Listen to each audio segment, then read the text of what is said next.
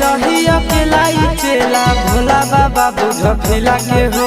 कबले रही अकेला चेला भोला बाबा बुझ फिला के हो। देवा घरा एलिया जामु जिला से हो छोड़ी ढीला लगाई दे मोर ढीला से हो। बाबा एलिया ना बात जिला से हो छोड़ी ढीला लगाई दे मोर ढीला से हो।